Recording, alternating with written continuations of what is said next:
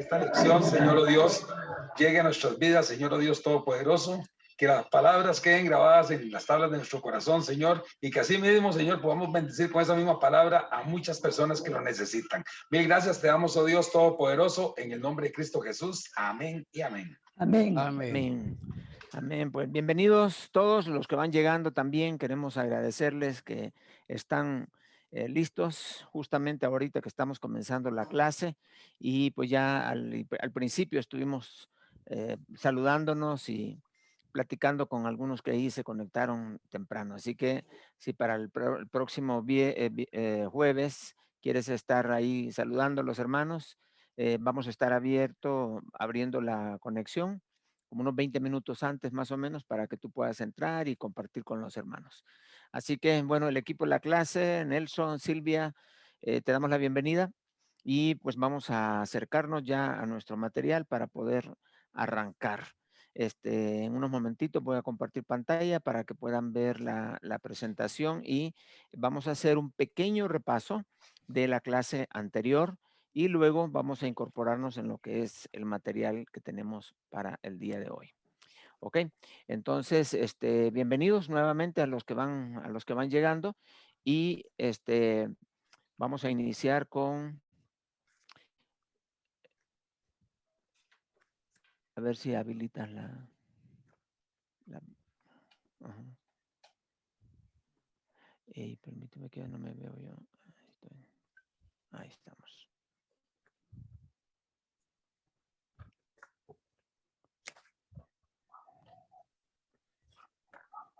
Ok, entonces aquí tenemos un pequeño resumen de lo que vimos la clase anterior.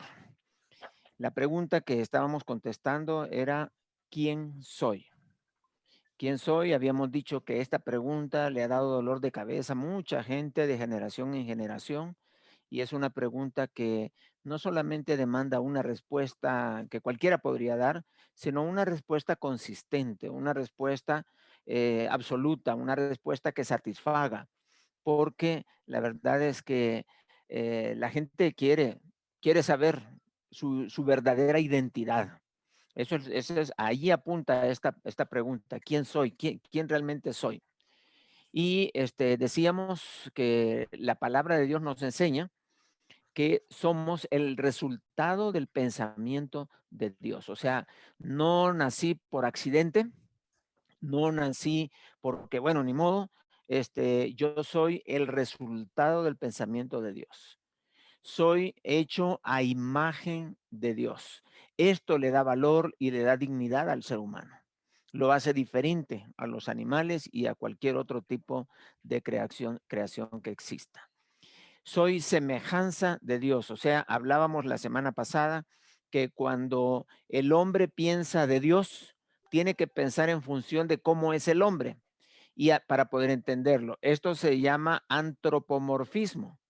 Pero cuando el hombre, cuando Dios tiene que identificarse con el hombre, entonces, especialmente cuando en la creación, cuando Dios hizo al hombre, allí lo que hizo fue teomorfizó. O sea, las características de Dios se las puso al ser humano, no en una dimensión tal como si fuera la divinidad, pero la imagen y semejanza de Dios. O sea, tenemos amor, sí, pero no en la dimensión del amor de Dios. Tenemos justicia, sí, pero no en la justicia, al nivel de la justicia que son los atributos de Dios, a esa imagen. Y luego, lejos de parecernos ahora a Él, recordemos que la caída, o sea, la caída de la humanidad, lo que es la entrada del pecado a la vida del ser humano, eso hizo que el hombre perdiera esa imagen de Dios y que los atributos prácticamente que Dios tenía y que nos había dado en una medida se vinieran todavía hacia abajo. Así que soy hijo de Dios. Cuando dice, ¿quién soy? Soy hijo de Dios. Esto es súper, súper importante porque Dios me ha dado esta tremenda bendición. Dice que solamente Dios hace los hijos de Dios, nadie más los puede hacer. Y Él nos hizo a nosotros, sus hijos.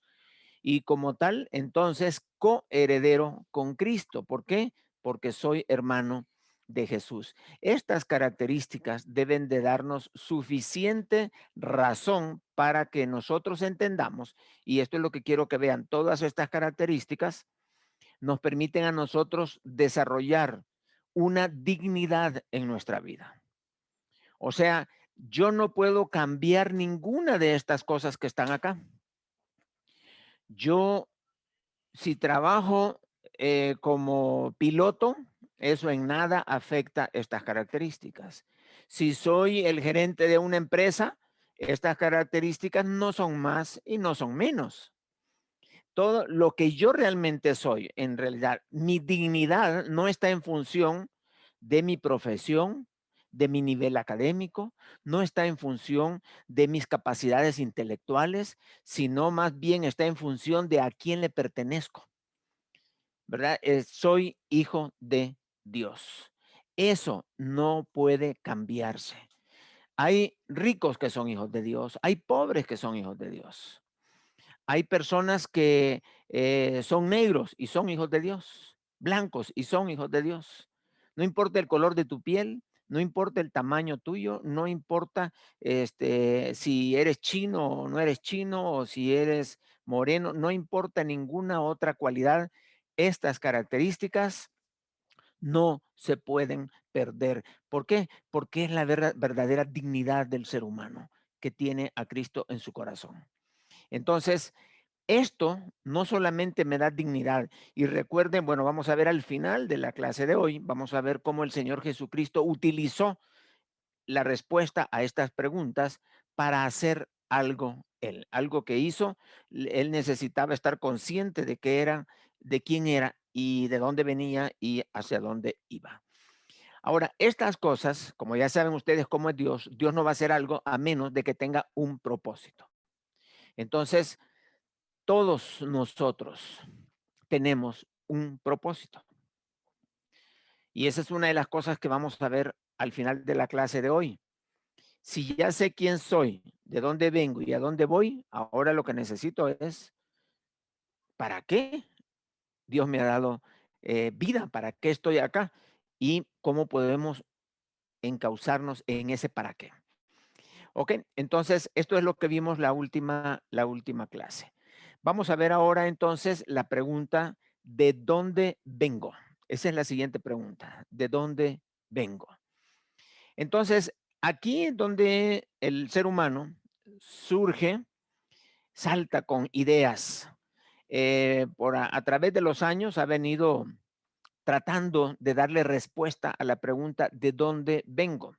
Y algunos hablan del Big Bang, que esa primera explosión que hubo, que era una masa que explotó y de ahí se comenzó a expandir. Se comenzó a expandir y tan expandida está que ahora es el universo. O sea, esos pedacitos que se desprendieron con esa explosión, ahora son planetas, ahora son galaxias, ahora son soles, etcétera.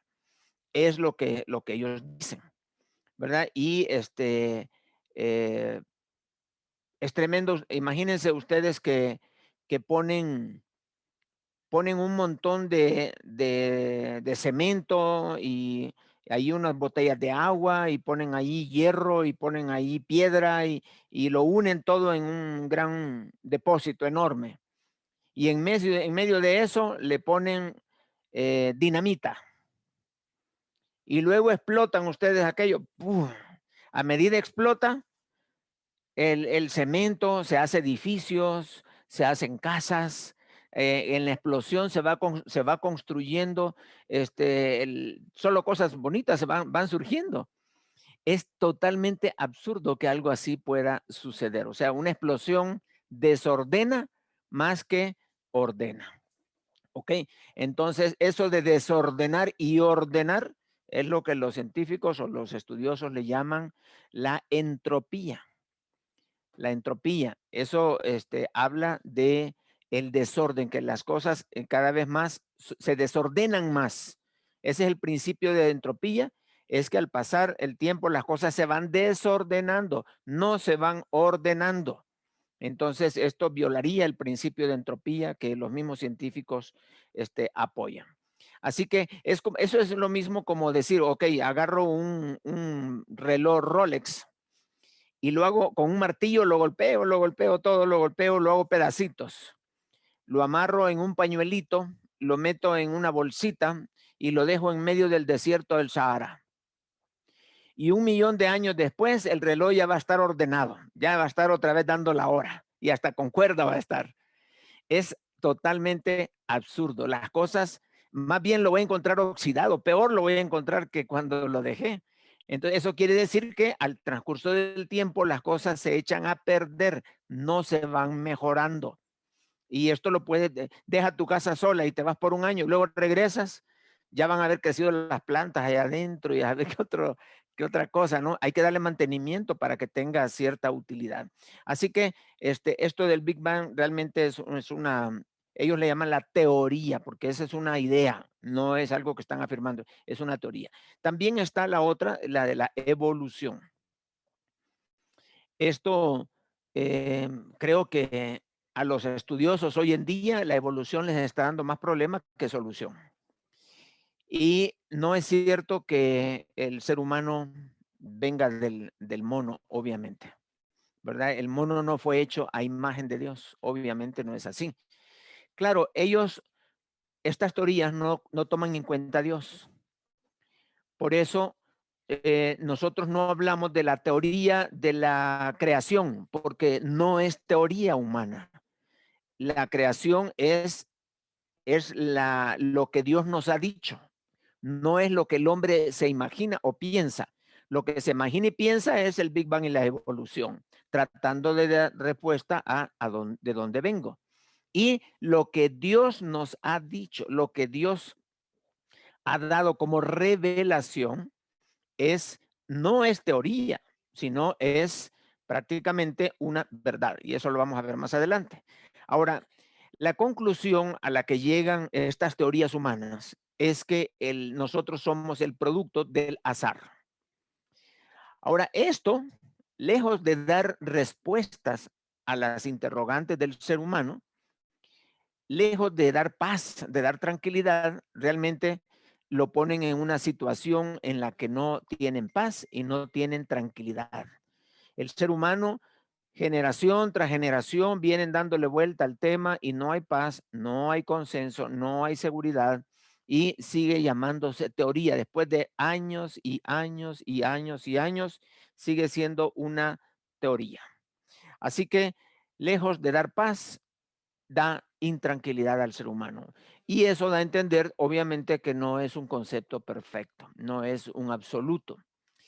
Pero nosotros tenemos de parte de Dios la información perfecta, absoluta, porque nos ha enseñado Dios por medio de su palabra que todas las cosas que existen ahora tuvieron un inicio. Y ese inicio fue cuando Dios clamaba, hágase la luz, hágase la tierra, produzca la tierra esto, produzca la tierra animales, plantas, etcétera. Quiere decir que de la palabra de Dios surgió la creación. Eso es lo que nos dice la palabra. Entonces, vamos a ver el libro de Hebreos 11, versículo 3. Vamos a leer este pasaje bíblico que dice así: por la fe entendemos haber sido constituido el universo, por la palabra de Dios, de modo que lo que se ve fue hecho de lo que no se veía.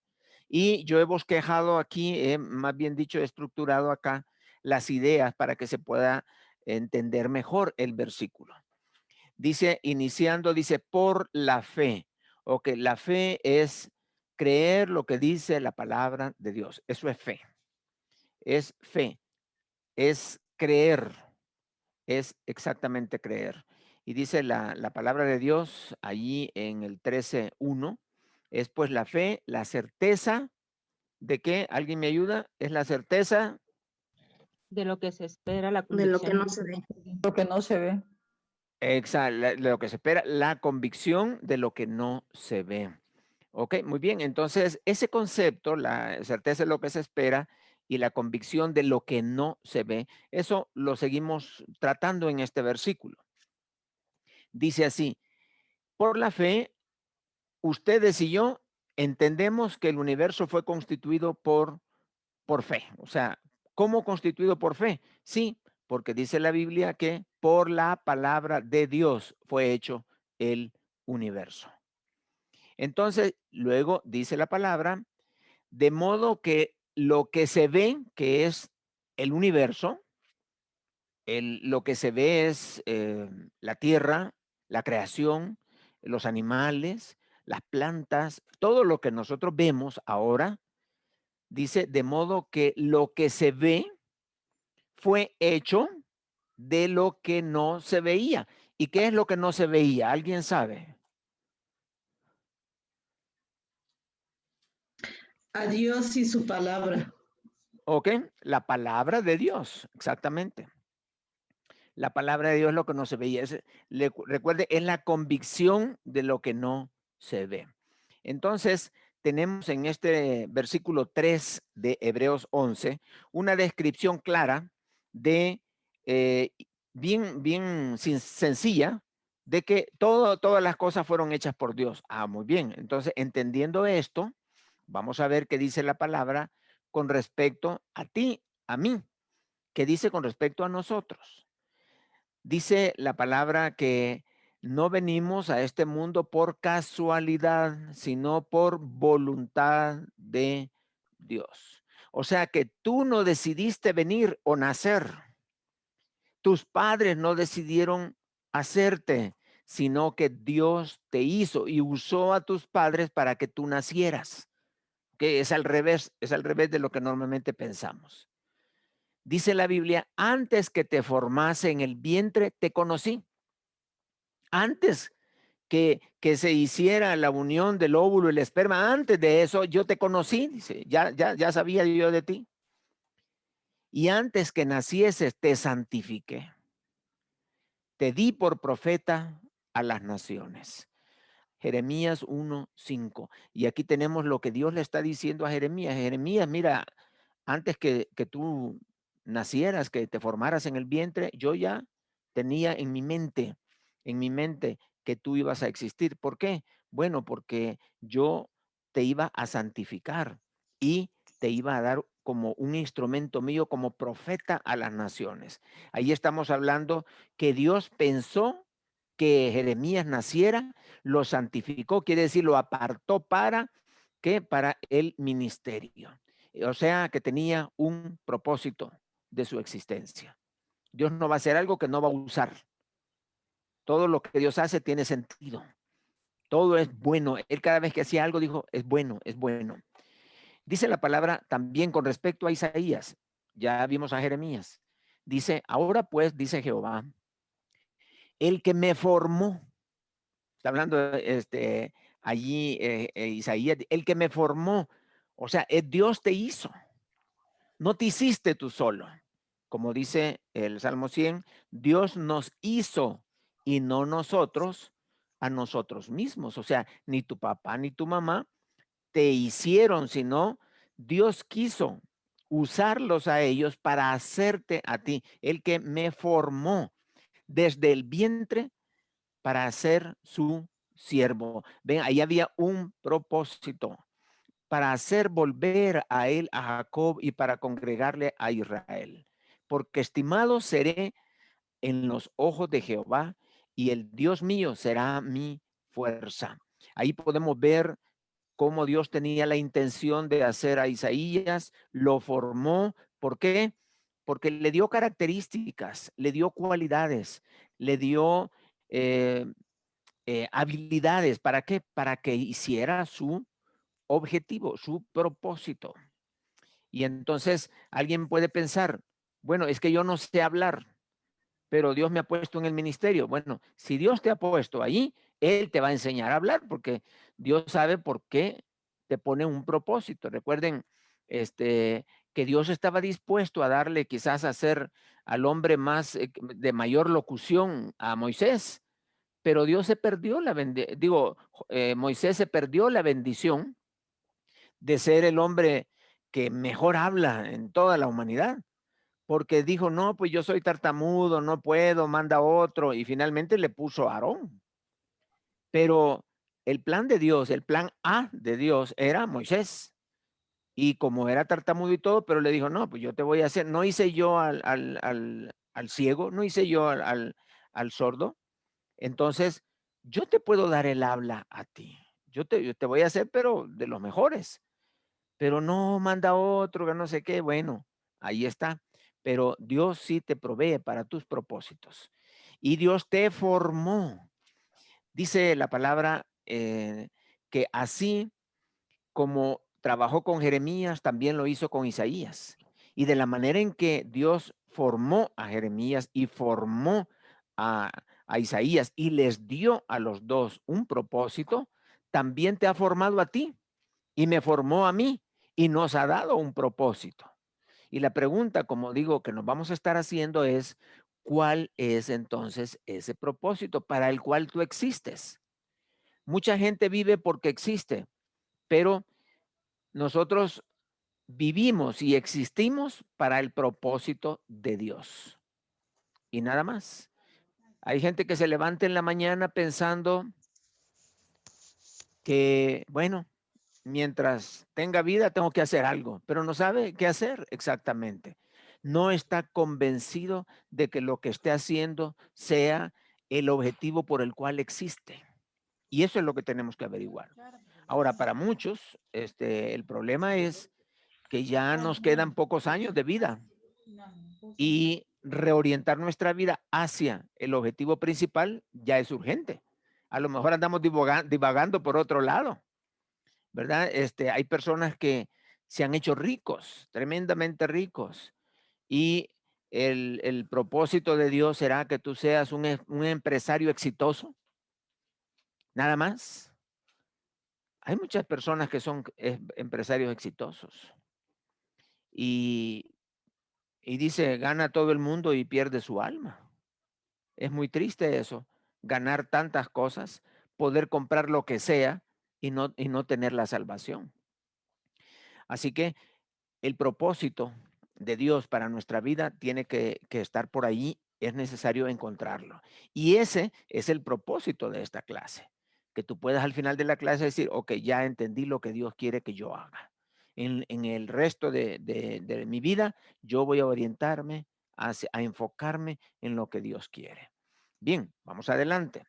Ahora que ya sabemos entonces estas respuestas de Isaías, de Jeremías y que Dios me formó, vamos a ver cómo reacciona la gente. A veces puede alguien pensar, mi madre fue violada y yo nací, mis padres no me planearon, más bien hasta estaban planificando y aún así nací yo, que hay gente que nace así. Entonces, si eso es así, entonces yo soy el producto de una casualidad. Y eso no es cierto. Esas fueron las circunstancias en que tú naciste, pero tú fuiste formado por Dios y Dios te ha dado un propósito. A veces creemos que hemos sido pensados por nuestros padres, pero antes que pensaran tus padres, que Dios pusiera esa posibilidad de nacimiento, Dios te había pensado antes.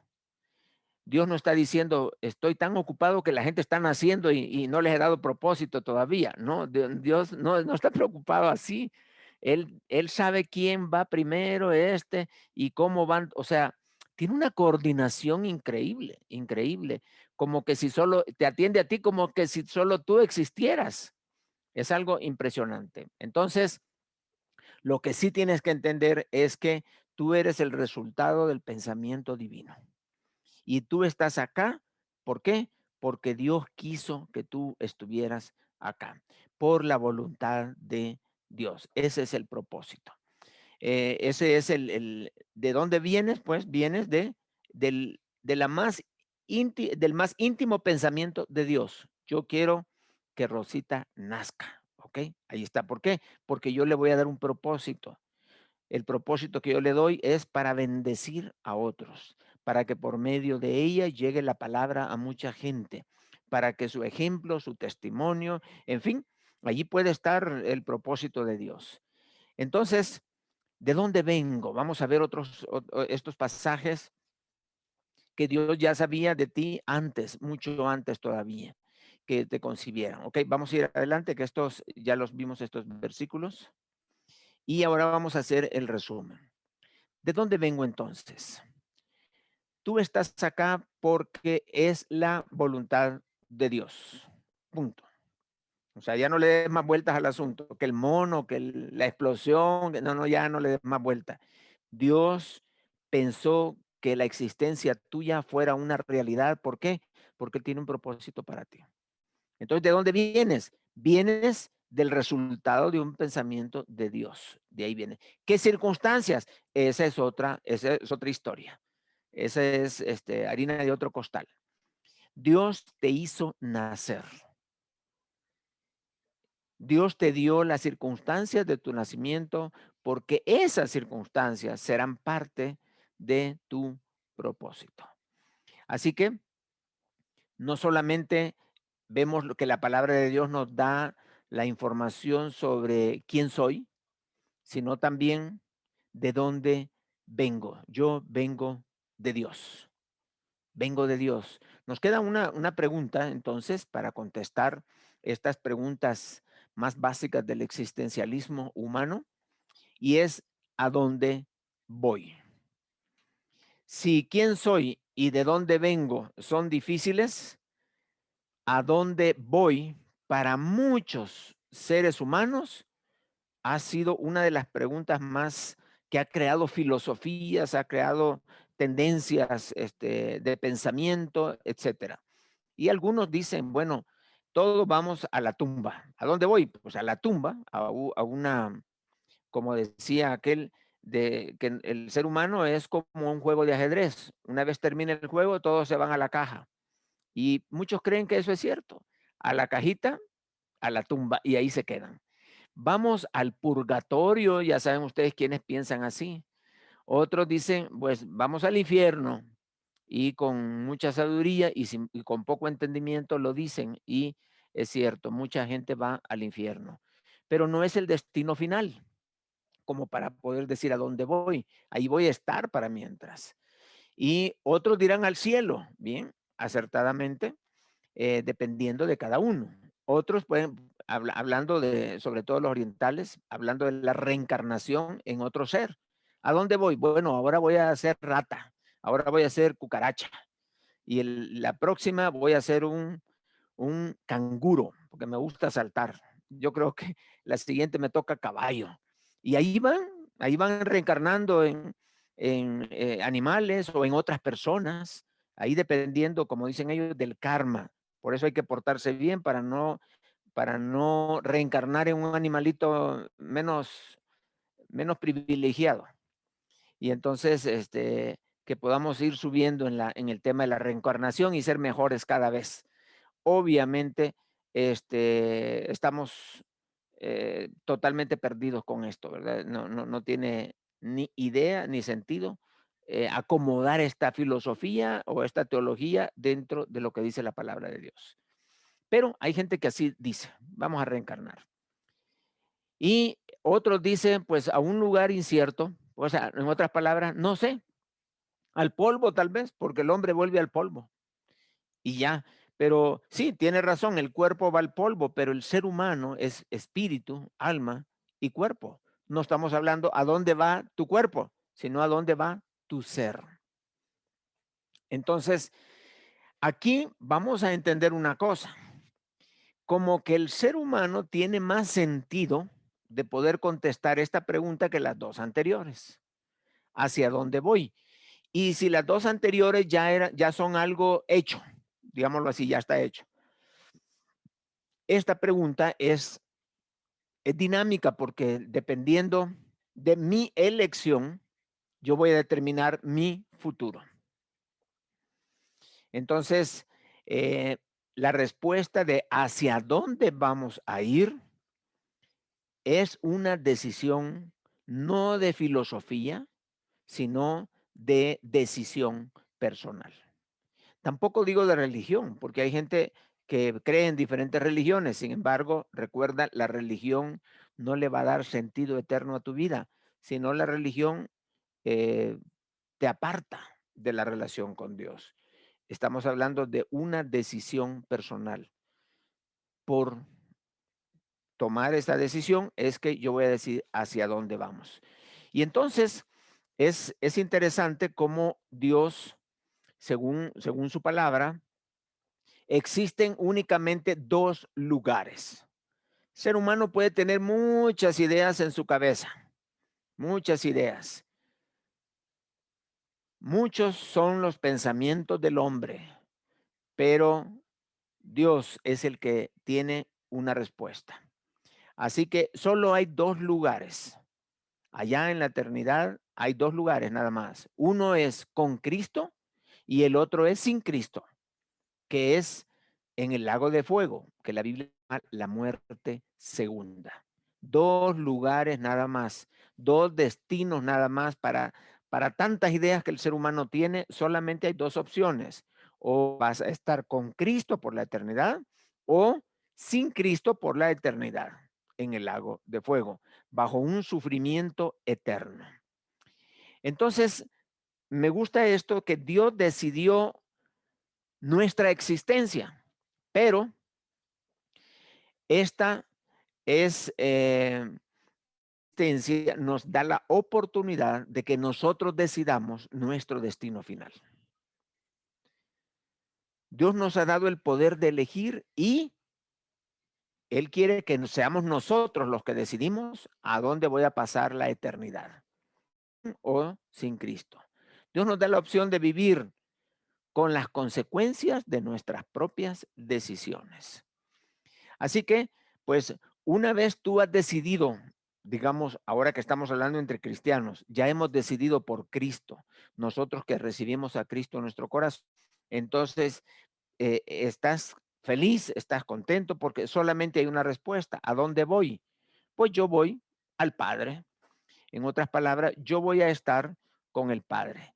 Dice la Biblia, el que cree en el Hijo tiene vida eterna, pero el que rehúsa creer en el Hijo no la vida, sino que la ira de Dios está sobre él. Ahí están las dos opciones.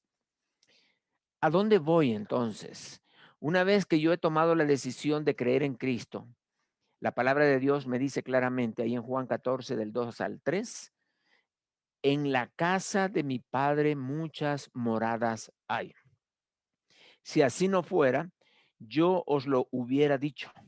Acuérdense ustedes que aquí está hablando en el período de la iglesia y allá arriba va a estar la Nueva Jerusalén, pero también va a haber vida fuera de la Nueva Jerusalén, que es la iglesia. Digamos, la Nueva Jerusalén es la ciudad de Jerusalén, pero fuera de la ciudad de Jerusalén existirán lo que en la Biblia le llaman las naciones, y dice que van a visitar la ciudad y luego van a regresar a su lugar. Pero aquí, cuando estamos hablando en la casa de mi Padre, no estamos hablando de que nosotros somos las naciones, sino vamos a vivir en la casa en la Nueva Jerusalén. Dice, si así no fuera, yo os lo hubiera dicho. Voy pues a preparar lugar para vosotros. Y si me fuere y os prepararé el lugar, vendré otra vez y os tomaré a mí mismo, para que donde yo estoy, vosotros también estéis. Ese es el anhelo de Jesús, que estemos con Él. Eso es un pensamiento altísimo, precioso. ¿Dónde vamos? ¿A dónde vamos entonces? Vamos con Cristo. Vamos con el Padre, porque el Padre, el Hijo y el Espíritu Santo son una misma cosa. Así que Juan 17:24 dice: Padre, aquellos que me has dado, o sea, ya hemos hablado que Cristo no anda ganando seguidores. Cristo solo recibe lo que el Padre le da. Y dice acá: Padre, aquellos que me has dado, quiero que donde yo estoy, también ellos estén conmigo, para que vean mi gloria que me has dado, porque me has amado desde antes de la fundación del mundo. El Señor Jesucristo quiere que veamos su gloria, la gloria que me has dado. ¿Se acuerdan cuando él terminó? Bueno, eh, en el tiempo, están hablando el Padre y el Hijo y le dice, Padre, he acabado la obra que me diste que hiciera. Ahora glorifícame con aquella gloria que tuve antes que el mundo fuese. Y eso es impresionante porque nosotros vamos a estar allí juntamente con Cristo. Vamos a estar en la gloria, compartiendo la gloria de Dios. Y es que no todos van a tener esta bendición, solamente los que hemos recibido a Cristo en el tiempo de la iglesia, los que tenemos al Espíritu Santo de Dios en nuestro corazón. Los del Antiguo Testamento son salvos, pero no son parte del cuerpo de Cristo, no son miembros de la iglesia. Por lo tanto, no tienen este gran privilegio que nosotros podemos tener. O sea, solamente aquellos que estamos en Cristo, según Efesios. Entonces, ¿a dónde voy? Es la pregunta y el Señor nos contesta, pues vienes a mí. ¿De dónde, si yo le preguntara al Señor, ¿a dónde voy? Él te va a decir, vienes a mí. Y si le pregunto, ¿de dónde vengo? Pues vienes de mí. ¿Y quién soy? Eres mi hijo. Y ya así podemos darle respuesta a nuestras interrogantes. Muy sencillo. Así que resumiendo esta segunda pregunta, vamos a decir, o sea, tercera pregunta, la pregunta es, ¿a dónde voy? Y vamos a la casa del Padre. Vamos con Cristo. Así que nosotros, dice la palabra, vamos al Padre. Ese es nuestro glorioso destino. Y estaremos compartiendo una eternidad juntamente con Él. Para aquellos que hemos nacido de nuevo, la pregunta ¿a dónde voy? Es muy sencilla. Es fácil. De hecho, desde que recibí a Cristo, yo podría decir a dónde voy. Y le preguntamos, ¿y si tú murieras ahora, para dónde irías? Pues para el cielo. Y a veces mencionamos un lugar, pero lo bíblico es decir, voy con Cristo. Difícil, sí vamos al cielo, pero lo mejor del cielo es Cristo y lo mejor es decir, voy con Cristo. No, es más importante la persona que el lugar. El lugar no lo pueden cambiar si quieren, pero siempre queremos estar con Cristo. Esa es la respuesta que nosotros debemos de dar cuando vienen estas interrogantes. Ahora, si yo no tengo estas preguntas contestadas y se dan cuenta que si no las contesto bíblicamente, entonces yo no tengo propósito, porque Dios es el que me ha dado un propósito a mí. Y estamos hablando de un propósito eterno, no un propósito aquí en la tierra, que el hombre puede ponerse propósitos humanos, pero cuando hablamos de humano, pues hasta ahí llega. Si alguien llega, un millonario llega delante del Señor, le va a decir, Señor, yo me hice millonario. Ah, sí. ¿Y dónde está tu dinero? Ah, no, pues lo dejé allá. ¿Y entonces qué te trajiste? Pues nada, exactamente. Aquí te vas a presentar sin nada y lo único que vale aquí es Cristo. O tienes o no tienes a Cristo. Y punto. Se terminó. No quiero decir que ser millonario es pecado. No, al contrario.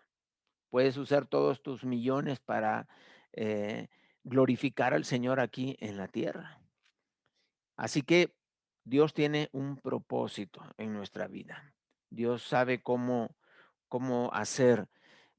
Se me viene a la mente aquella ilustración de un señor que hizo mucho dinero, se hizo millonario.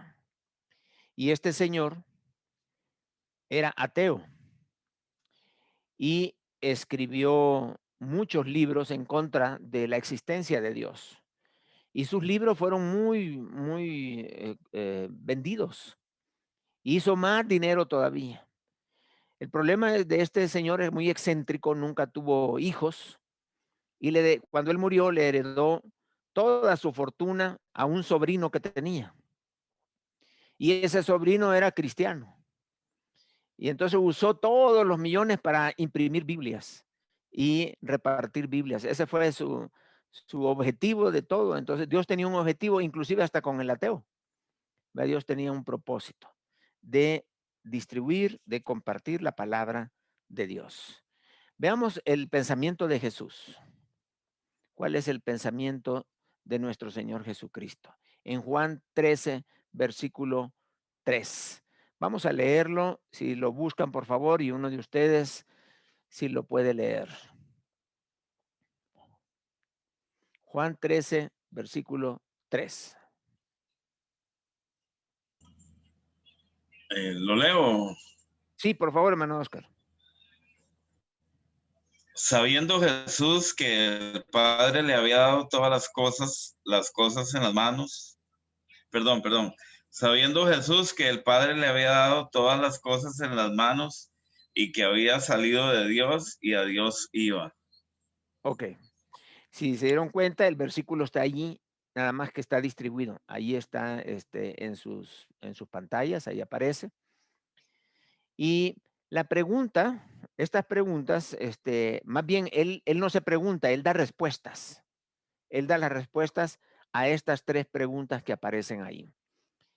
En el contexto, este versículo está hablando ya que él está justamente antes de la cena, ya para finalizar, acercándose a la finalización de su ministerio.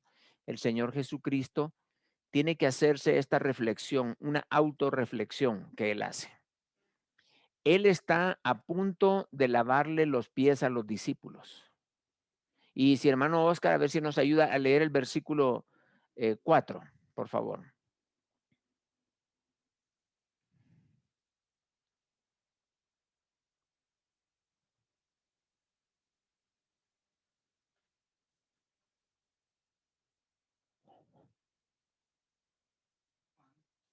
Y habilita su micrófono, hermano, para que podamos escucharle.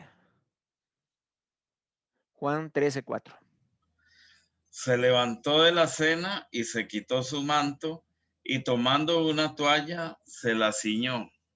Ok, ya ustedes con ese versículo ya entienden cuál es el contexto. El Señor Jesucristo primero hizo esta reflexión, después, pero eso no se lo dijo, eso lo pensó él, sabiendo esto. Y comenzó a lavarle los pies a los discípulos. Iba a ser un acto de humildad. En ese momento iba a ser ese acto. Tanto que quizás si a uno le dice, mire, le voy a limpiar las uñas, pues está bien que le limpien las uñas a uno.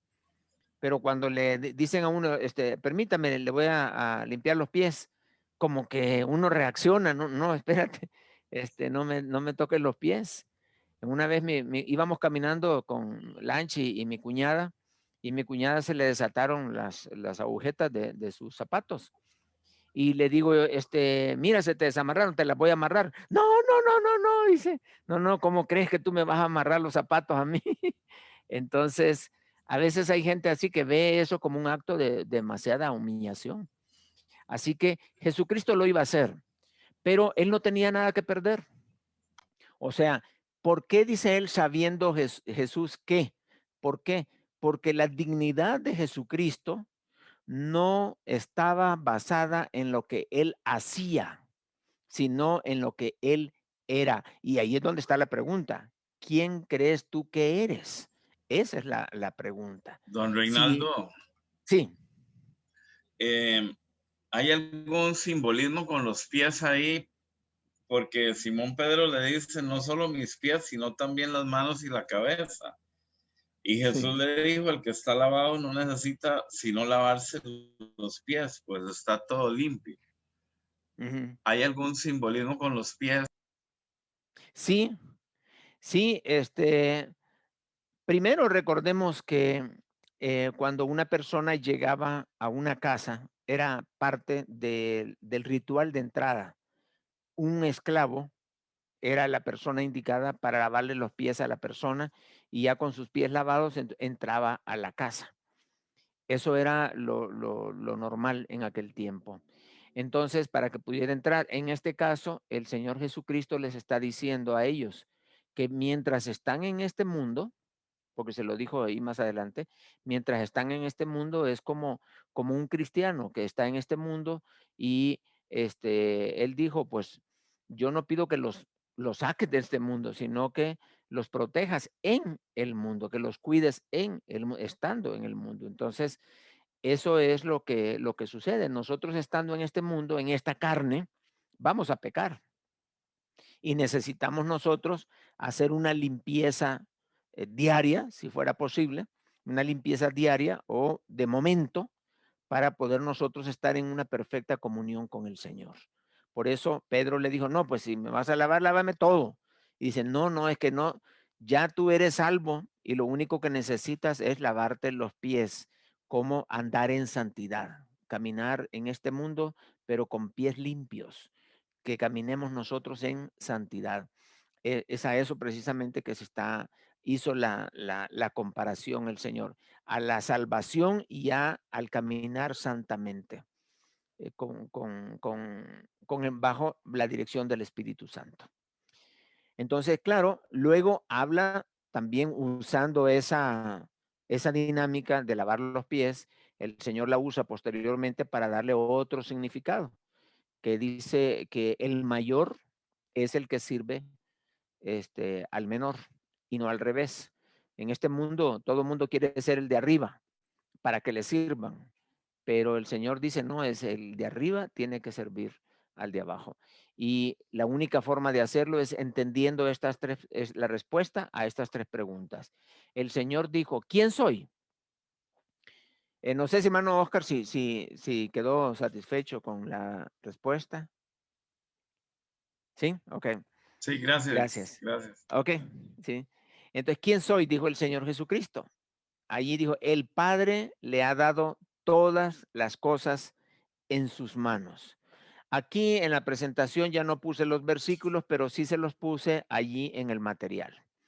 Ahí se los he puesto, donde dice así, por lo cual Dios también le exaltó hasta lo sumo y le dio un nombre que es sobre todo nombre, para que en el nombre de Jesús se doble toda rodilla de los que están en los cielos y en la tierra y debajo de la tierra.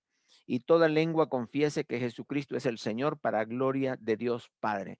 Ahí lo que dice, ¿quién soy yo? Dice, el Padre le había dado todas las cosas en sus manos. La máxima autoridad de todas las autoridades es allí donde está nuestro Señor Jesucristo. También dice en el libro de Hebreos, en estos postreros días nos ha hablado por el Hijo, a quien constituyó heredero de todo. Es lo que está diciendo el Padre, le había dado todas las cosas en sus manos, para que en el nombre de Jesús se doble toda rodilla. Vamos ahí, en que asimismo hizo el universo, el cual, siendo el resplandor de su gloria y la imagen misma de su sustancia, y quien sustenta todas las cosas por la palabra de su poder, habiendo efectuado la purificación de nuestros pecados por medio de sí mismo, se sentó a la diestra de la majestad en las alturas. Ese es Cristo que nos está describiendo. Detengámonos un poquitito en el libro de Hebreos, versículo 2. Versículo 2 dice así, primeramente que Él nos habló por medio del Hijo. ¿Y quién es el Hijo? Dice, a quien constituyó heredero de todo. Es el heredero. Luego dice, y por quien asimismo hizo el universo. Él es el creador. Siendo, óigame, esto es interesante, porque aquí está diciendo quién es Cristo. Siendo el resplandor de la gloria. ¿De quién? De Dios. Es el resplandor de su gloria. Quiere decir que en el Antiguo Testamento, cuando se habla del resplandor de la gloria de Dios o de la gloria de Dios, ese es Cristo. Es Cristo. ¿Qué fue lo que vio Moisés entre las rocas? Dijo, voy a pasar yo por allí y vas a ver mi gloria. ¿A quién vio Moisés? A Cristo, porque Cristo es el resplandor de la gloria de Dios.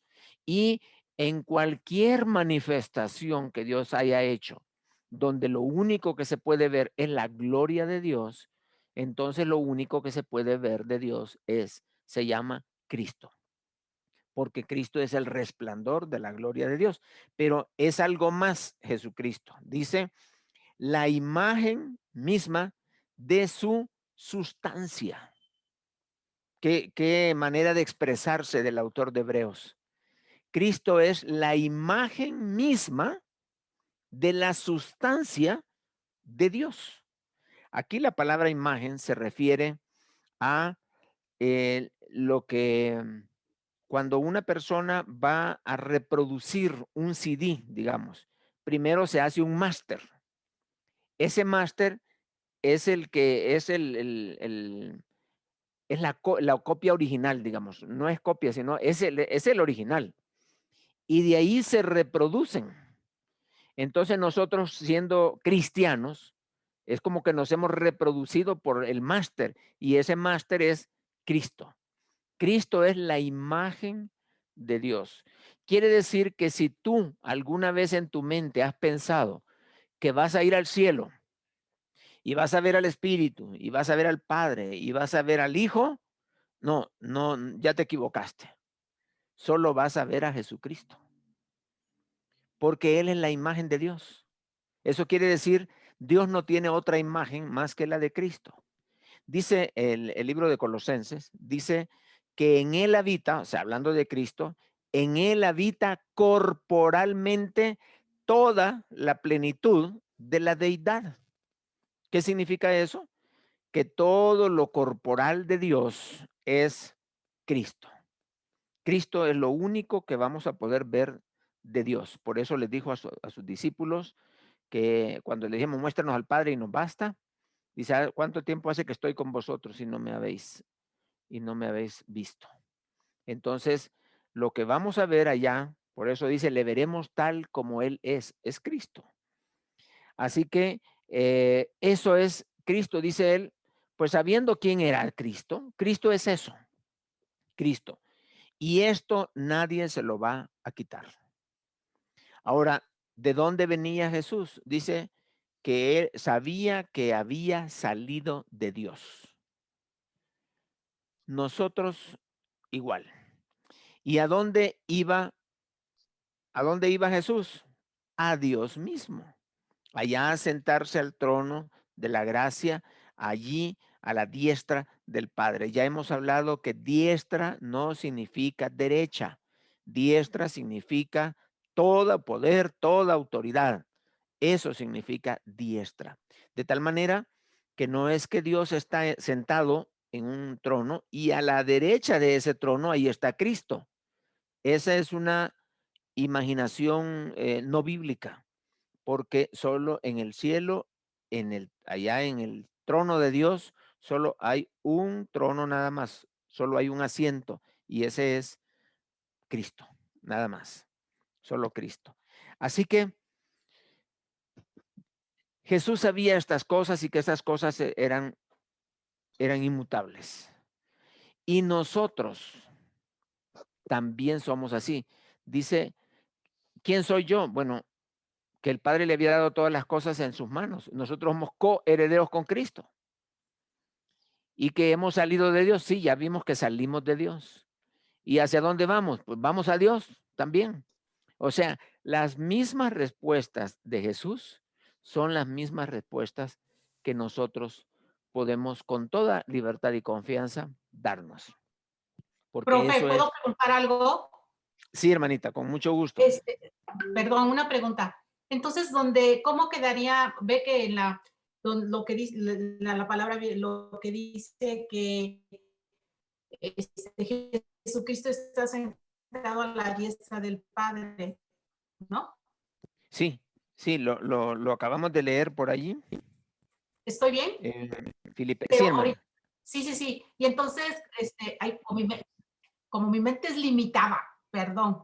Entonces, ahí, ¿cómo se interpreta o cómo se dice, o cómo lo... Es que yo también, gracias a Dios por esta clase, ¿verdad? Gracias a Dios Sí. me quita la ignorancia en esto, porque yo también visualizaba así, o sea, soy muy visual. Entonces yo visualizaba que Cristo sentado a la diestra, pero a la vez, como que, bueno, había una duda. Entonces aquí, ¿cómo se traduciría con Ok, sí, vamos palabras? ahí, O sea, dice, dice, habiendo efectuado la purificación de nuestros pecados por medio de sí mismo, se sentó a la diestra de la majestad en las alturas. Para nosotros el mensaje inmediato es que, que él llegó y le dijo el padre, muy bien, muchacho, siéntate acá a la par mía, aquí a la diestra, aquí te voy a tener. Entonces, no estamos hablando de posición, de lugar, estamos hablando de autoridad. La palabra diestra, en el griego, debe de entenderse por poder, supremacía, preeminencia, máxima autoridad. Entonces, cuando Cristo hizo todo lo que hizo aquí en la tierra y subió al cielo, se sentó, como quien dice ya, toda autoridad me es dada en los cielos y en la tierra. Y dice, todo nombre, sobre todo nombre está Él. Y cuando está allí, está diciendo que tiene todo el poder en sus manos, toda la autoridad. Eso quiere decir diestra, no significa derecha, como a veces nosotros entendemos.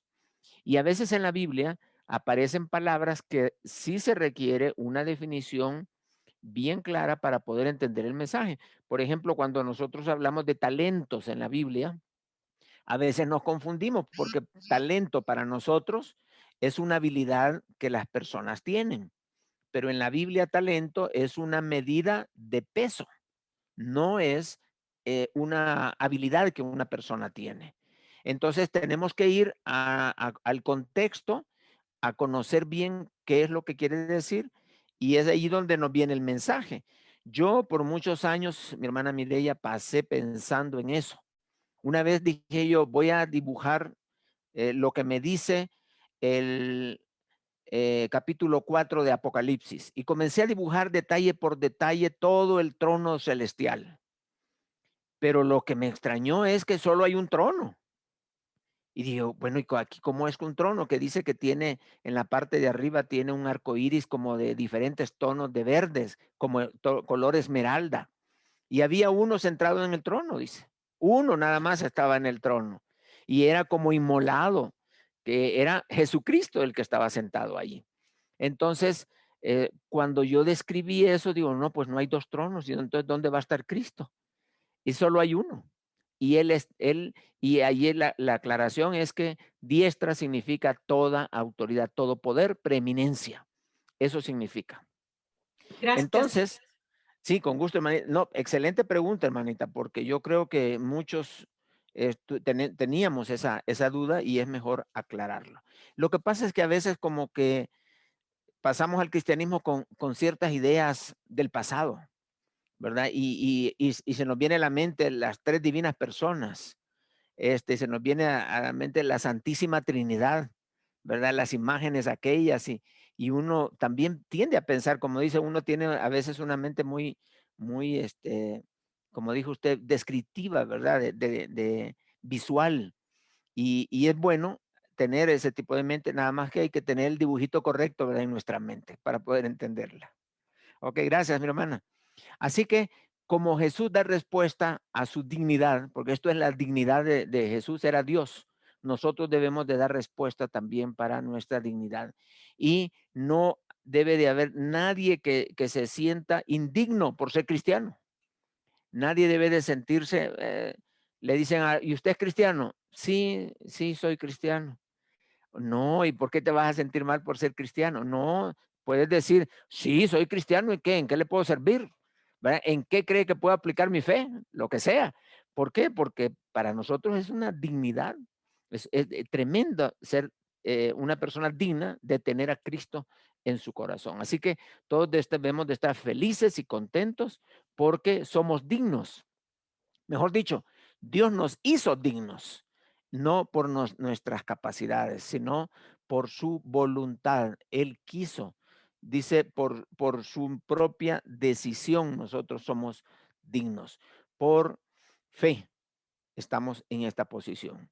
Así que esto es lo que Dios nos da. Dice otro pasaje en la Biblia, dice, de cierto os digo, el que en mí cree, las obras que yo hago, Él hará también. Y aún mayores hará porque yo voy al Padre. Aquí hay un desafío grande. Aún mayores hará porque yo voy al Padre. Entonces Jesús dijo, todavía un poco de tiempo estaré con vosotros e iré al que me envió. Entonces, el Señor iba para estar con el Padre y sabía quién era y de dónde venía y hacia dónde iba. Y estas tres preguntas es la que nosotros debemos de estar 100% seguros. Bien, vamos a dejar un tiempo para preguntas y respuestas. Vamos a ver Don Nelson, qué... Sí, hermanito. ok, para que me quede claro y como la hermana también me declaro ignorante en eso, Sí. baja. Este, esa parte, digamos, entonces cuando habla de los talentos en Mateo, claramente, pues yo entiendo que ahí es talentos a la moneda, ¿verdad? Entonces Sí, yo no debo referirme, por ejemplo, bueno, Dios me dio el talento de cantar, de esto, sí. del otro, o sea, eso es una habilidad, eso es un don. No debo usar ese término, bíblicamente hablando, más que para talento de moneda. Bueno, lo que pasa es que como era una medida, una unidad de medida del peso israelita en aquel momento, eso era muy común para ellos. Pero para nosotros, talento significa, tiene otra connotación. Entonces, usar la palabra talento en la connotación que le da la Real Academia Española, es correcto usarla. O sea, es correcto. Lo que es incorrecto es usar la palabra talento que está dentro de la parábola para darle interpretación a la parábola. Eso sí es incorrecto.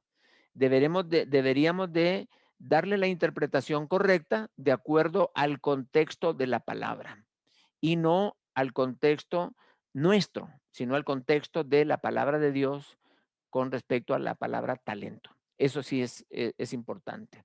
Así que no te sientas mal por usarla para decir tú, Dios me ha dado mucho talento. No, está bien, perfecto que la uses, ¿verdad? Y la palabra talento era, en los tiempos de Jesús, se usaba para decir, por ejemplo, era una equivalencia al kilo ahora, por decir ahora, un kilo de, de algo, digamos, de un kilo de arroz, un talento de arroz, por decir algo. Y cada talento equivalía a 34 kilos. O sea, era bastante, era muchísimo. Pero eso podríamos decir un talento puede ser un metal, puede ser cualquier otra cosa. Era una pesa, medida de pesa, de Gracias. peso. Hermano Roberto.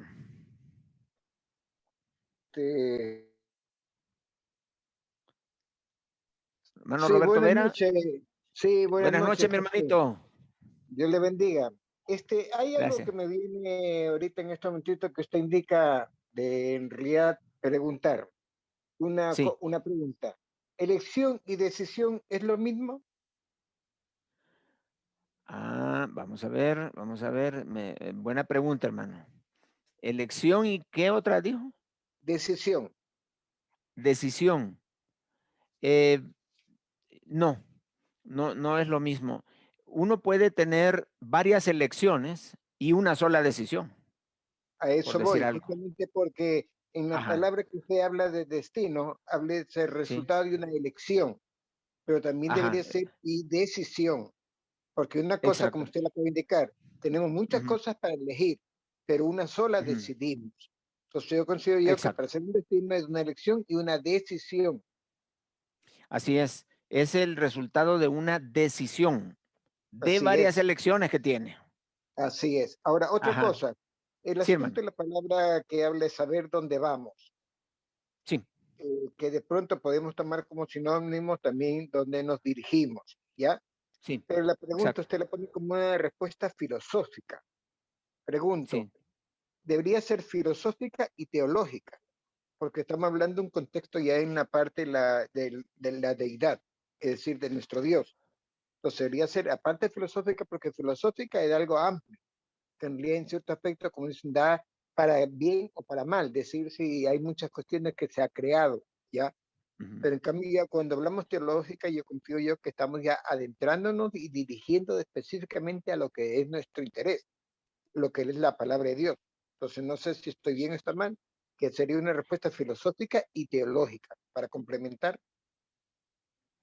Bueno, lo que pasa es que según la definición, la filosofía es La es madre de la sabiduría.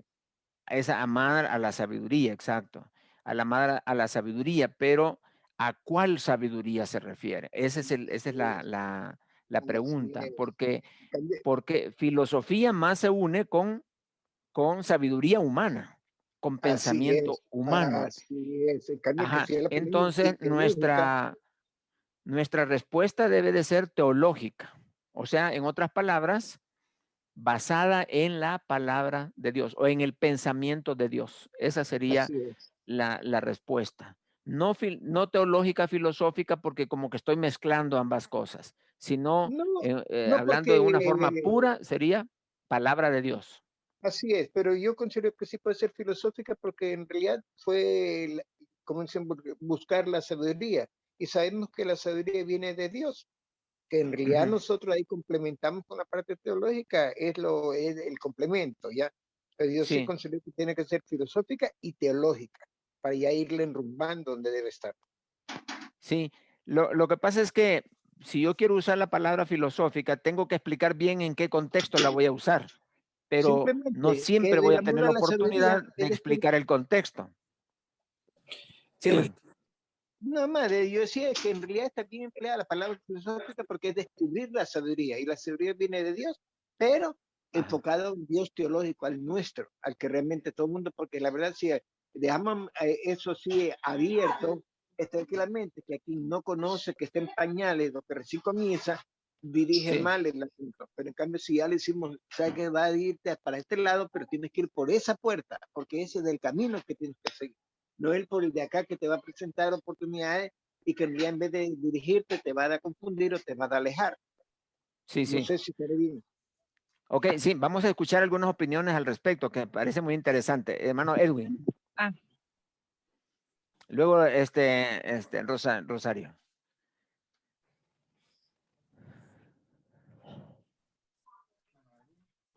Hermano ¿Hay, Edwin, filo- estamos. Sí. hay filosofía teológica? No, Pues yo nunca llevé esa materia en el seminario, hermano. Exacto, Por eso. Por eso exacto. son el La nexo de aquí. filosofía es la sabiduría humana Mm, y es donde encontramos todas las tendencias de las religiones, todas las filosofías, todas las creencias, todas las teorías. ¿Ya? Y la sí, teología es la verdad, y conoceréis la verdad y la verdad os hará libres. Sí, ¿Ves? La teología es el estudio de Dios, y cuando respondemos teológicamente, respondemos conforme la palabra de Dios, conforme lo que hemos aprendido. Entonces es imposible mezclar la filosofía teológica para dar un argumento bíblico, porque no existe. sí. Ok, pero gracias, Edwin. Muchas gracias. Ahora vamos con Rosario. Por favor, Rosario. sí, buenas noches, hermano. Igual que el Sí, buenas hermano noches. Edwin, yo también no concuerdo porque en la Biblia nunca aparece la palabra filosofía. Sí, sabiduría, pero la sabiduría que viene de lo alto, y la filosofía es una creación de la gente, de los humanos, y ellos la consideraron precisamente como dicen, ¿no? Que es como el que estudia la sabiduría. Pero, y Sí, ahora, hablando de dioses, bueno, pues hay un único Dios. No podemos comparar a nuestro Dios ni la sabiduría de nuestro Dios con ningún tipo de corriente del mundo. Y yo, al igual que el hermano Edwin, considero que es una mezcla, si la queremos aquí. De hecho, sí, usted mencionó muy brevemente al inicio lo que se pensaba en la filosofía humana, pero sí, se hizo la precisión, pues, de que realmente, o sea, aquí todo el estudio es basado en la palabra de Dios, no en la filosofía de este mundo. Y sí hizo la aclaración que es una decisión personal, o sea, sí hizo muy bien el que es un resultado de una elección, y obviamente es una decisión personal. Entonces, sí, yo también considero que, pues, que no podemos estar mezclando, como que se escucha bien, porque se puede escuchar bien, y se puede sí. escuchar porque no, pues no hay nada dentro de ella, ¿no? Pero como usted un día dijo, a la palabra de Dios ni se le suma ni se le resta. Ya está hecha y es perfecta. Sí, exacto. Sí, o sea, no le vamos a dar más poder por ponerle filosófico, ¿verdad? Más bien podríamos generar confusión. Juan Carlos. Sí, es correcto. Coincido con el hermano que son términos distintos y sí, efectivamente uno estudia una cosa y otra. La filosofía en sí, en la práctica de la filosofía, lo único que te lleva es a confusión. Cuando en algún momento estuve ahí con los masoncitos, ellos filosofaban y entonces la teoría de ellos para poder conocer el entorno y poder conocer a Dios era ver desde distintos puntos un mismo tema, ¿no? O un mismo objeto. Entonces, en esa búsqueda de verlo por todos los lados, se la pasaban divagando en su mente, o no la pasábamos divagando en la mente, y nunca podías aterrizar, porque ya una vez que tenías un constructo mental sobre algún tema, lo tenías que derribar y crear un nuevo constructo desde otro punto de vista. Entonces, cuando descubro la palabra de Dios, digo, pues es que esta es la roca firme y esto le da sentido y le da dirección a mi pensamiento. Si nosotros dejamos al pensamiento en la filosofía, va a estar vagando como veleta, dejándose llevar de un lado a otro por sus mismas emociones o por la percepción, porque en la filosofía la verdad es relativa y en la palabra la verdad es absoluta. Entonces, desde el punto de vista del significado de ambas palabras y la práctica de ambas palabras, yo creo que la teología, que es el estudio de Dios, lleva la firmeza que es la palabra de Dios. Sí. Y la divagancia de la filosofía, ¿no? Exacto. Ok, entonces no estamos filosofando por si a alguien se le ocurre decir algo, estamos escudriñando la palabra. Sí. Hermano Genaro. Yo vi varias definiciones de filosofía, todas son en relación a la forma de pensar de quien está expresando lo que es filosofía. Entonces, en la palabra de Dios no hay para dónde hacerse. Yo no puedo interpretar a mi manera lo que Dios dice. No, es no es de interpretación privada, sí. Correcto. No es interpretación privada y es bien firme. Y es una forma de ver la vida en forma correcta, cuando te dejas llevar por Dios a través de su Espíritu Santo. Ok, muy bien, hermanito, muy bien contestado. ¿Quién seguía? Hermano Edwin, ok. Colosenses 2:8. Le decía Pablo a la iglesia de Colosas: mirad que nadie os engañe por medio de huecas filosofías. Por medio de filosofías y huecas sutilezas, según las tradiciones de los hombres, conforme a los rudimentos del mundo y no según Cristo. Y en Primera de Corintios, capítulo 1 al capítulo 3, Pablo da un extenso sermón sobre la sabiduría humana, porque él les dice: yo no vine con sabiduría humana a presentarles el evangelio. Vine con el poder de Dios que reside en mí, que habita en mí y que es la palabra de verdad. Y en el capítulo 12, del versículo 8, él termina un cierre y dice: porque a este le es dada el espíritu de palabra de sabiduría. O sea, así es. Cada uno de nosotros vivimos bajo la sabiduría divina, bajo la sabiduría de Dios. Porque lo que ha hecho la sabiduría humana y las huecas sutilezas y las filosofías humanas es mezclarse en estos tiempos y tener iglesias que, en vez de que el pastor aconseje, se lo mandamos a otras personas a que aconsejen, porque son profesionales en ciertas materias. Entonces le dejamos el trabajo de la sanidad del alma a personas inexpertas con sabiduría humana. Y no le damos el trabajo al pastor, que es el responsable de alimentar el alma que se encuentra dañada por medio de todas estas huecas sutilezas. Así es, muchas gracias, Edwin. Ahí, sí, Allí en el chat aparece el texto de Colosenses 2:8 por si lo quieren anotar, y hay otras ideas muy buenas también. María Eugenia nos ha dado definición de filosofía y esto, muy interesante, muy bonito. Hermano Ricardo, por favor. Sí, interesante la pregunta que estaba haciendo y sobre lo que ahorita estamos discutiendo. Esa forma de definiciones con la masonería y ha llegado a confundir al final. Sabemos que la verdad sobre en Cristo, y entonces podemos comparar la verdad de Cristo con la sabiduría del hombre, y eso es lo que se está viendo hoy en día a través de los medios y a través de ciertas iglesias que están predicando así la palabra de Dios. El hermano que me antecedió dijo lo cierto, que es porque los pastores por comodidad o por falta de tiempo delegan otros la solución o la oración para los pensamientos de las personas que necesitan ayuda. Yo creo que nos está llevando a aclarar más cada uno de nosotros y apretarnos más para saber refutar esas, yo le diría, falsas definiciones que nos quieren meter, ¿verdad? Sí. Excelente, hermano Ricardo, muchas gracias. Yo creo que la luz que nos han dado cada uno de ustedes nos deja bien iluminados, ¿verdad? Bien iluminados y bien claros en cuanto a tener el cuidado. Inclusive hay pasajes de la Biblia que son torcidos por el ser humano. Cuando la palabra de Dios es torcida, eso se llama herejía.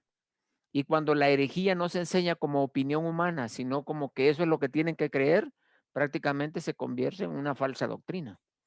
Entonces hay que tener mucho cuidado con herejías, o sea, con tendencias de pensamiento, como muchas tendencias filosóficas o que pueden existir en el hombre. Así hay tendencias teológicas que se apartan de la verdad y debemos de estar conscientes y seguros, como dijo Pedro, de la palabra profética más segura. Y Pablo dijo, bien claramente, dijo, mire, cuando vine a vosotros, les dijo a los corintios, me propuse entre ustedes no saber nada más que a Jesucristo y a este crucificado. O sea, no le vamos a meter sabiduría de nadie, filosofía de nadie, solamente a Cristo y este crucificado. Y obviamente ahí está eliminando cualquier otro tipo de conceptos que puedan equivocar o confundir aún en términos a otras personas. Amén. Muy bien. Amén. Amén. ¿Preguntas o otra? Juan Carlos, sí. Sí, totalmente de acuerdo. Y fíjate que es un reto para todos el volvernos responsables con nuestro crecimiento y aprendizaje bíblico. Porque en Judas describe claramente que el engañador está ya en las iglesias. Y es muy fácil decir, es que el pastor tiene la responsabilidad. No, es que todos somos pastores en algún momento, porque en algún momento Dios pone en nuestro camino gente que necesita de la palabra de Dios. Y entonces, ¿cómo vamos a poder enfrentar? O sea, no seamos cristianos institucionales donde, bueno, pues primero tiene que un pastor y luego con el diácono y luego con y si no lo hace así, pues no funciona. Porque en el momento de la emergencia, en el momento que te topas a la persona, en ese momento debemos tener la diligencia y preparación de hablar de todas estas cosas. Dice en Judas que a los que dudan convencedlos, ¿no? Y ahorita hay mucha duda en todas las iglesias por tantas corrientes que se han infiltrado y seguirán infiltrándose porque sabemos que así es el camino que va a seguir la iglesia. Por eso hay que desinstitucionalizarnos y volvernos, por eso me encanta 5E, volvernos discípulos. El método inductivo a mí me ha ayudado a conocer la Biblia a fondo. No leo ningún otro libro que no sea la Biblia y estoy metido en conocerla más a fondo y eso me ha edificado más que pues cuando me inicié y cuando hice y cuando no hice y cuando regresé y cuando estuve acá. La Biblia es la única que te da la respuesta adecuada. Entonces, tratar de no ser tan rigurosos con esta parte de que si el pastor o si la palabrita no se dijo tal, sino ser apegados, fieles. Fieles, la palabra fiel es una copia fotostática del pensamiento de Dios que está plasmado en la palabra. Entonces, para poder ser fieles a la palabra de Dios, tenemos que estudiarla día a día y en una forma individual. Yo creo que estas clases nos dan una orientación, pero la responsabilidad está en el devocional diario. En el diario, estudiar la palabra de Dios. Yo me paro a las 3 de la mañana, Señor siempre me dice mañana, y estoy estudiando la palabra todos los días. Entonces, es el tiempo que tengo para compartir con el Señor. A otros lo será a las 4, 5, 6 de la tarde, no sé. Pero que tengamos ese tiempo, al menos, pues yo me aviento una hora y media y no me alcanza. Entonces, pues es el reto que tenemos. Muchas gracias, Juan Carlos, por este hermoso consejo, ¿verdad? De que debemos de estar en la palabra y de ahí sacar nuestra norma de vida. Ok. ¿Alguna otra pregunta? Sí, una curiosidad, pastor. Ayúdeme. Sí, Habló, digamos, que herejía era torcer la verdad. ¿Y eso qué provocaba? Una falsa secta. Ya cuando se enseña como verdad, la distorsión como verdad ya es una falsa secta. Ya, perfecto. Gracias. Sí. Ok, ¿alguien más que tenga dudas? Jasmine, ¿tiene duda? Está bien. Ok, ¿alguna otra? Bueno, ya estamos casi llegando a la hora, pero si hay alguna inquietud, algún aporte, algún consejo que nos quieran dar, estamos con tiempo para hacerlo. Ajá. Ok, Nelson. Sí, hermano Rey, perdón, no tengo ninguna duda que realmente, como decía cada uno de los hermanos, no es que lo sepamos todos, pero el tratar, ¿verdad? El determinarnos en estar escudriñando la palabra día a día, esa es la profecía que tenemos, ¿verdad?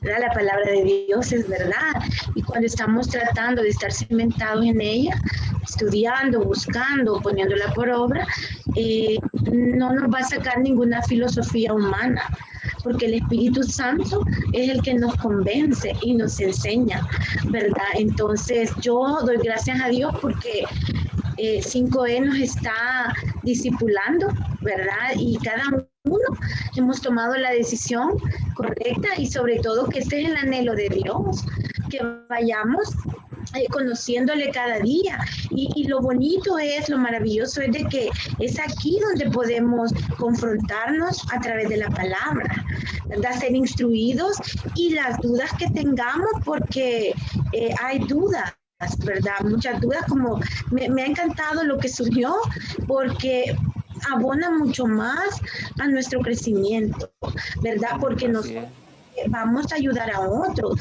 vamos a discipular a otros. Entonces tenemos que estar fundamentados en la verdad que es la palabra de Dios. Solamente. Sí, gracias. No, es muy, muy interesante. Creo que hemos sido aconsejados, hemos sido ministrados y ayuda mucho eso. Nelson, ¿iba a decir algo? Tengo una queja. Sí, es que creo que el centro de la clase era referente a quién soy, de dónde vengo y a dónde voy. Si yo tengo bien definido estas cosas, yo voy a estar confiado, tranquilo, de nada que me digan, nada que otras personas me quieran hacer, las variables en las que estoy, nada de eso me va a afectar. Entonces, y eso me va a ayudar a poder servir en cualquier nivel. Porque igual en las iglesias hay personas que dicen, no, es que yo soy de tal posición, no me pueden ver haciendo eso. Pues vemos aquí a Jesús lavando los pies y eso es un gran reto para todos. Entonces, creo que si nosotros estamos bien seguros de quiénes somos, eso va a ayudar mucho, digámoslo así, a mi autoestima y a actuar en base a autoestima bíblica, digámoslo así. Y eso es algo que nadie me puede mover. Y si tengo mis bases en algo que nadie puede moverme, entonces eso va a ayudar para que yo me pueda expresar libremente, que yo pueda hacer todo, porque nadie me va a poder mover porque no depende de mí, sino depende de Dios. Entonces creo que ese era el centro de la clase. Sí, así es. Pues muy bien, entonces creo que nos hace pensar, ¿no? El meditar en la palabra y especialmente estos temas que tienen que ver con nuestra dignidad, con nuestra identidad, con nuestra autoestima, o como dicen ahora, nuestra autoimagen. Es importantísimo. Y eso depende de cada uno de nosotros. O sea, acuérdense que Pablo le dijo a Timoteo, nadie te menosprecie. Y eso significa, porque la orden se la da a Timoteo y no a los hermanos. No les dice, hermanos, no vayan a menospreciar a Timoteo, sino le dijo a Timoteo, nadie te menosprecie. O sea, lo que la gente piense de ti, no necesariamente vas a terminar siendo lo que la gente piensa, sino lo que dice la palabra de Dios es lo que debes de pensar de ti mismo, porque mucha gente puede pensar de ti que eres un fracasado, o que eres una persona mala, o que eres una persona excelente, lo que sea, pero no te vas a convertir en lo que cada quien piensa, porque entonces serías un múltiple, o sea, te vas a estar convirtiendo en un montón de imágenes por segundo, sino lo que Dios quiere que tú seas, eso es lo importante, ¿verdad? La dignidad que tú tengas te la da Dios, no la gente. Cree lo que dice Dios, no lo que dice la gente, porque pues obviamente con la gente nunca vamos a quedar bien. Siempre va a haber gente a favor, siempre va a haber gente en contra, porque así fue con Jesús y no se frustró. Él siguió adelante, cumplió su obra. Muy bien, entonces, Rosy,